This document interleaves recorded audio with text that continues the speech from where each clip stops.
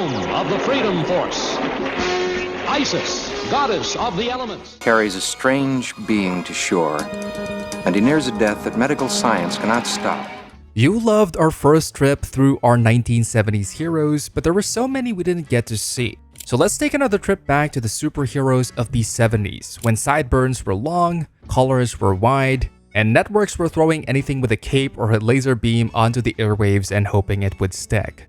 These gems may not have been traditionally good. They were cheesy, clunky, and sometimes totally bizarre, but they had charm, and that's why we love them.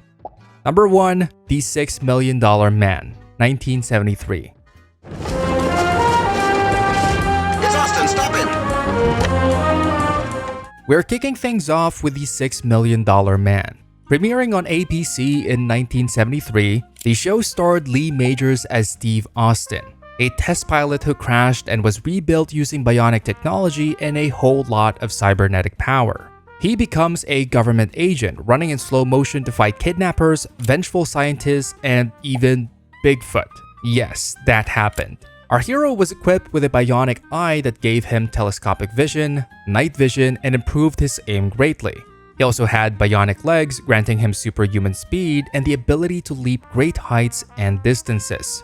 Finally, he had one bionic arm which was incredibly strong and featured a Geiger counter. These implants and parts could function in most conditions, but were particularly vulnerable to the cold. Cold environments could make them stop functioning entirely. The $6 Million Man was a genuine phenomenon in its day. The now cheesy slow-mo action, the electronic sound effects, and Steve's painfully serious delivery became iconic. But critics in the mid-70s weren't totally sold. Some praised the concept but felt the episodes got repetitive fast. Still, the show ran for 5 seasons, spawned TV movies, and even a toy line. And who could forget the unforgettable line from the intro? "We can rebuild him. We have the technology." So despite what the critics thought, it clearly left its mark on all of us. There was enough faith in the concept that the short-lived show led to a spin-off. Number 2, The Bionic Woman, 1976. But you're not alive. You don't know what it's like to play with children or... If you've got a bionic man, you have to have a bionic woman, right? The Bionic Woman premiered on ABC in 1976 and starred Lindsay Wagner as Jamie Summers, a former tennis pro turned cyborg after a near-fatal accident. She gets bionic legs, a super strong arm, and an ear that can hear a pin drop from a mile away. Like Steve Austin, Jamie worked as a government agent. In fact, she essentially went on the same type of missions as Steve, but she did it all with better hair. Wagner won an Emmy in 1977, which helped give the show some credibility. But critics still pointed out how over-the-top the premise was, and some argued the show struggled to balance its feminist message with its pulpy action. One of the most talked about episodes?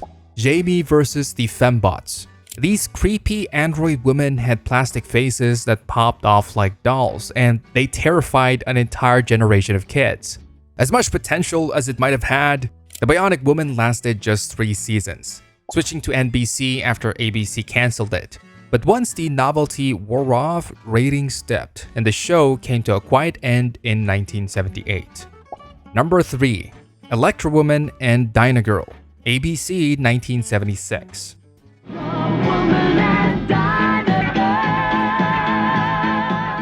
This one was pure 70s camp.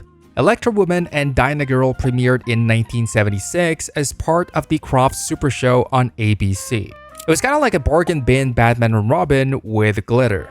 Deidre Hall played Electra Woman and Judy Strangis was her sidekick, Dyna Girl. Both were reporters by day, superheroes by, well, later that day. Like the more famous dynamic duo, Electra Woman and Dyna Girl were armed with Electro gadgets, Electro Core, the Electro Base, you get the idea. Instead of a shockingly roomy utility belt, they wore Electro Comms, which had a variety of useful functions. The pair spent the series battling villains like the Empress of Evil, Glitter Rock, and Spider Lady, all wearing costumes that belong in the world's cheapest Halloween party. It only ran for 1 season with 16 episodes, but man, what a ride. Even in 1976, critics weren't kind. The budget was clearly stretched thin.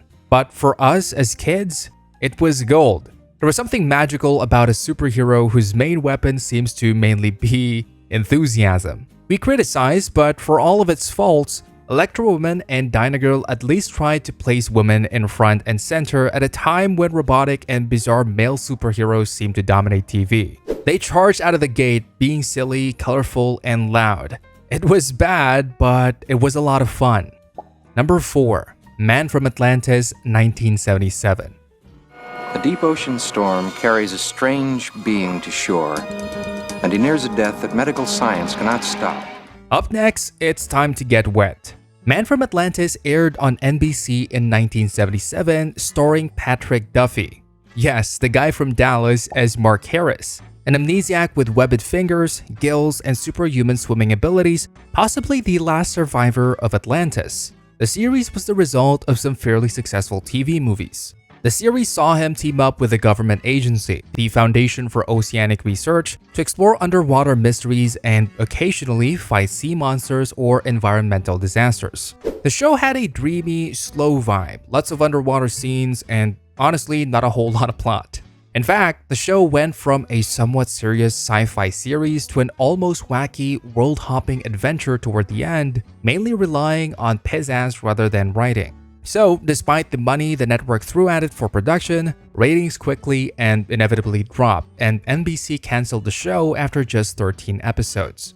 Although it did enjoy a short-lived comic book published by Marvel, which kept it alive a little longer. Still, it was great fun for kids. We didn't care back then that there was no real plot. We were still fascinated by our hero skating across water with dolphin kicks and his hijinks, swimming through portals into the Wild West or Renaissance Italy. It was a great show to turn your brain off to in a time when people didn't really do that. Number 5. Super Friends, ABC 1973 to 1986.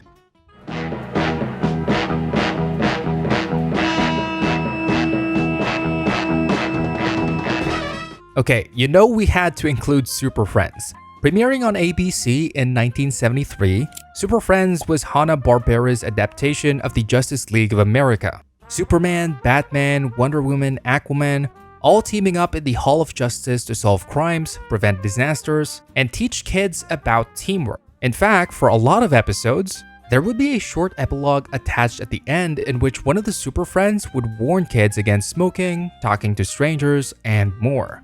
As for the episodes themselves, if you're imagining anything like the Justice League series or films we have now, think again. It was wildly sanitized compared to the superheroes of today.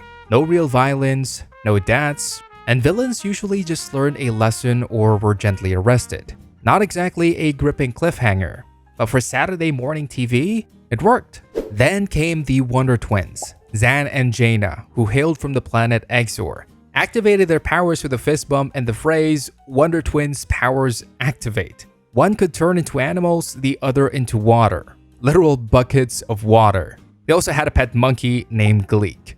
As bright and colorful as it was, comic fans weren't thrilled with how watered down the characters were. The show technically lasted for years, but it was constantly getting revived or rebranded so ABC could capitalize on the popularity of superheroes.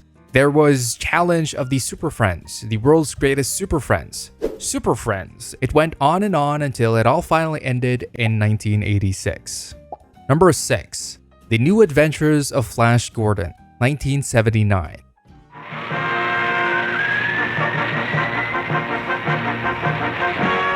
We've got one criminally underrated animated show here, The New Adventures of Flash Gordon. The show premiered on NBC in 1979. Produced by Filmation and saw Flash Gordon, Dale Arden, and Dr. Zarkov get pulled into the planet Mongo to battle the evil Ming the Merciless. It had rocket ships, ray guns, and weird alien kingdoms, basically everything you'd want from a space adventure. Classic pulp sci-fi stuff, it actually had a lot going for it. The first season was ambitious, with a continuous plot throughout the season, a rarity for cartoons at the time. The animation was surprisingly strong for a Saturday morning show, and the art style was modeled on Alex Raymond's original comic strips. But by season 2, the budget took a nosedive. NBC pushed the show to be more kid-friendly, dropping the ongoing storylines in favor of episodic adventures and toned down the action. It lost its edge and eventually its viewers. Still, Flash sword fighting space apes and piloting rocket ships? Come on, that's pure Saturday morning magic. If NBC had allowed the show to just do its thing, it would have been great. For now, this superhero is one we can only appreciate for what it could have been. Number 7. The Freedom Force. Home of the Freedom Force. Isis, goddess of the elements. If you were watching Saturday morning cartoons in 1978, you might remember this blink and you missed it superhero team. It aired as a segment of Tarzan and the Super 7, part of Filmation's effort to compete with the Super Friends. But instead of just capes and laser eyes, this show gave us something totally off the wall. Heroes pulled from myths, legends, and ancient stories. Leading the group was Isis, the same character from the earlier live-action show The Secrets of Isis. Alongside her were Hercules, Sinbad the Sailor, Merlin the Magician, and Super Samurai, a warrior who could grow into a giant. Their mission? To fight evil wherever it popped, usually in the form of vague villains or magical threats. Each episode was under 10 minutes long, so there wasn't much room for depth. On top of that, the animation was standard Filmation. Recycled frames, limited movement, but the charm was in the concept. Despite everything, it still felt like someone dumped a box of action figures into a blender and turned the results into a fun little cartoon. That was the dream, wasn't it? Only 5 episodes were ever produced, and when Tarzan and the Super 7 ended, the Freedom Force vanished along with it. No spin-offs, no reruns, no reboot. It was one of those shows that lived fast and faded quietly, remembered mainly by the kids who saw it once and never forgot the strangeness and the magic. Let us know in the comments which of these superheroes you remember most fondly, or if there's one we missed that deserves some love. Don't forget to be like Electra Woman and Dyna Girl and hit that like button like it was the Electrocom, and subscribe so you don't miss more retro goodness.